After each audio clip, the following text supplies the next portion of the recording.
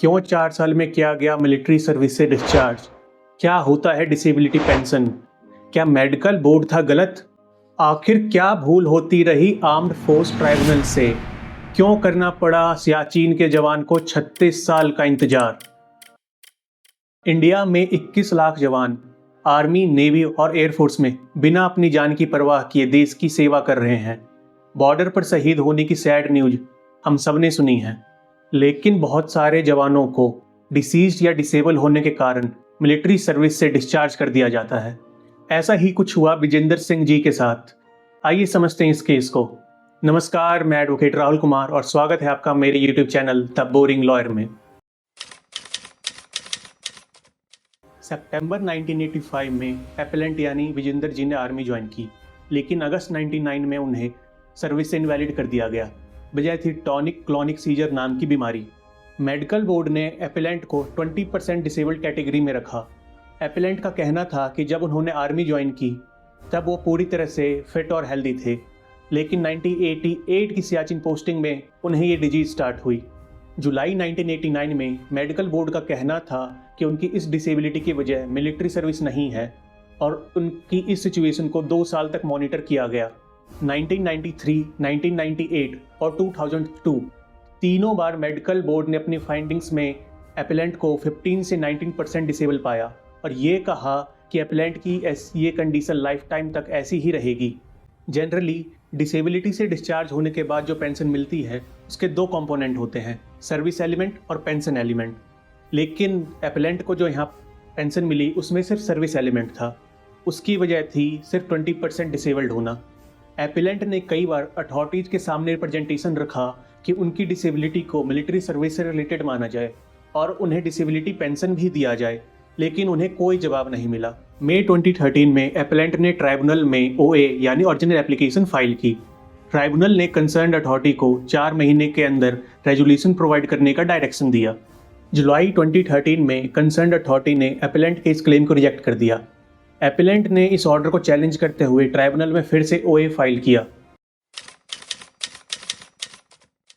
Concerned authority का argument ये था कि मेडिकल बोर्ड और रीसर्वे मेडिकल बोर्ड ने एपेलेंट की डिसेबिलिटी 20% से कम पाई है, जिस वजह से वो डिसेबिलिटी पेंशन के लिए एलिजिबल नहीं है।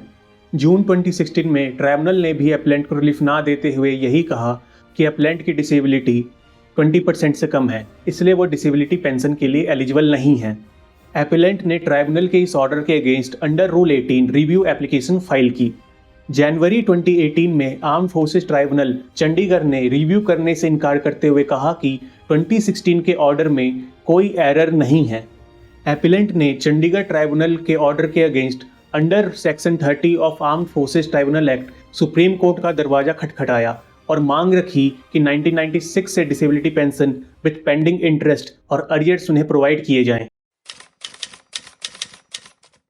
सुप्रीम कोर्ट में एपेलेंट का आर्गुमेंट ये था कि during joining of military service उनके मेडिकल रिकॉर्ड में कोई डिसीज या डिसेबिलिटी नहीं थी, तो यही माना जाना चाहिए कि जिस डिसेबिलिटी की वजह से उन्हें डिस्चार्ज किया गया वो ड्यूरिंग मिलिट्री सर्विस ही अराइज हुई है।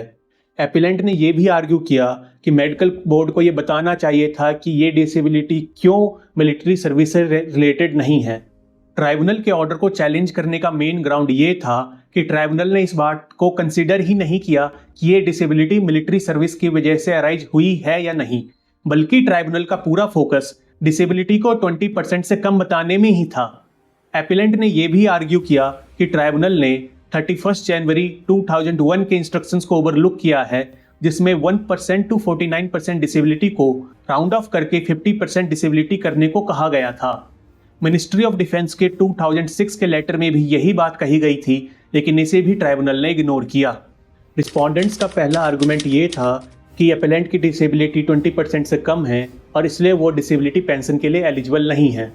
उनका दूसरा आर्गुमेंट ये था कि मल्टीपल मेडिकल टेस्ट में मेडिकल बोर्ड ने यही बताया कि एपेलेंट की डिसेबिलिटी का मिलिट्री सर्विस से कोई कनेक्शन नहीं है। ऑनरेबल सुप्रीम कोर्ट ने अपनी ऑब्जर्वेशन में कहा कि मेडिकल बोर्ड के ओपिनियन के अकॉर्डिंग एपेलेंट मेंटली और फिजिकली ज्वाइनिंग के टाइम हेल्दी थे और इसलिए उन्हें आर्मी की तरफ से एक्सटेंडेड इंश्योरेंस कवर दिया गया। जब मेडिकल बोर्ड से कोर्ट ने पूछा कि डिसेबिलिटी की वजह एपेलेंट की नेग्लिजेंस या मिसकंडक्ट है, then medical board clearly said no. Pension regulation for the army 1961 का रेगुलेशन 1973 कहता है कि डिसेबिलिटी पेंशन जिसमें सर्विस एलिमेंट और डिसेबिलिटी एलिमेंट होते हैं तब दिया जाएगा जब किसी पर्सन को सर्विस से इनवैलिड किया जाए डिसेबिलिटी के लिए जो military service in non battle situation में अराइज हुई हो और 20% डिसेबिलिटी से ज़्यादा हो। रेगुलेशन 183 सिर्फ सर्विस एलिमेंट पे करने को कहता है जब डिसेबिलिटी 20% से कम हो। डिसेबिलिटी मिलिट्री सर्विस की वजह से हुई है या इंक्रीज हुई है, ये डिटरमिन किया जाता है according to entitlement rules for casualty pensionary awards 1982।